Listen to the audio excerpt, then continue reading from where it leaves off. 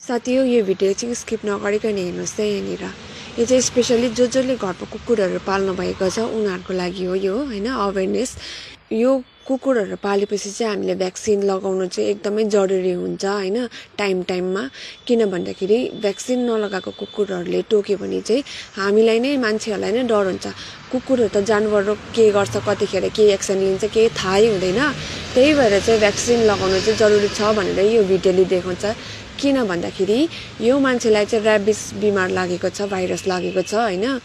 यो बिमार चाहिँ कुकुरले टोक्दाखेरि लाग्छ, जुन चाहिँ कुकुरले टोक्दाखेरि भ्याक्सिन नलगाएको कुकुरले अन्त जुन चाहिँ कुकुर टोकिसकेर पनि उले भ्याक्सिन गरेन होला, त्यही भएर यो बिमार लागिरहेको छ यो मान्छेलाई चाहिँ। यो मान्छेलाई चाहिँ सिम्पटम्सहरु र्याबिसको देखाउँदै रहेछ। हेर्नुस् चाहिँ कस्तो कस्तो सिम्पटम्स हुन्छ। यो सिम्पटम्स चाहिँ कस्तो हुँदो रहेछ भन्दाखेरि फियर, पानीबाट डराउनु, अनि त्यहाँदेखिको चाहिँ हावाबाट डराउने हुँदो रहेछ। हेर्नुस् है यस्तो खालको हुँदैछ। गाइस यो भिडियो सबैलाई शेयर गरिदिनुस्, फ्यामिली फ्रेन्ड्सहरुलाई।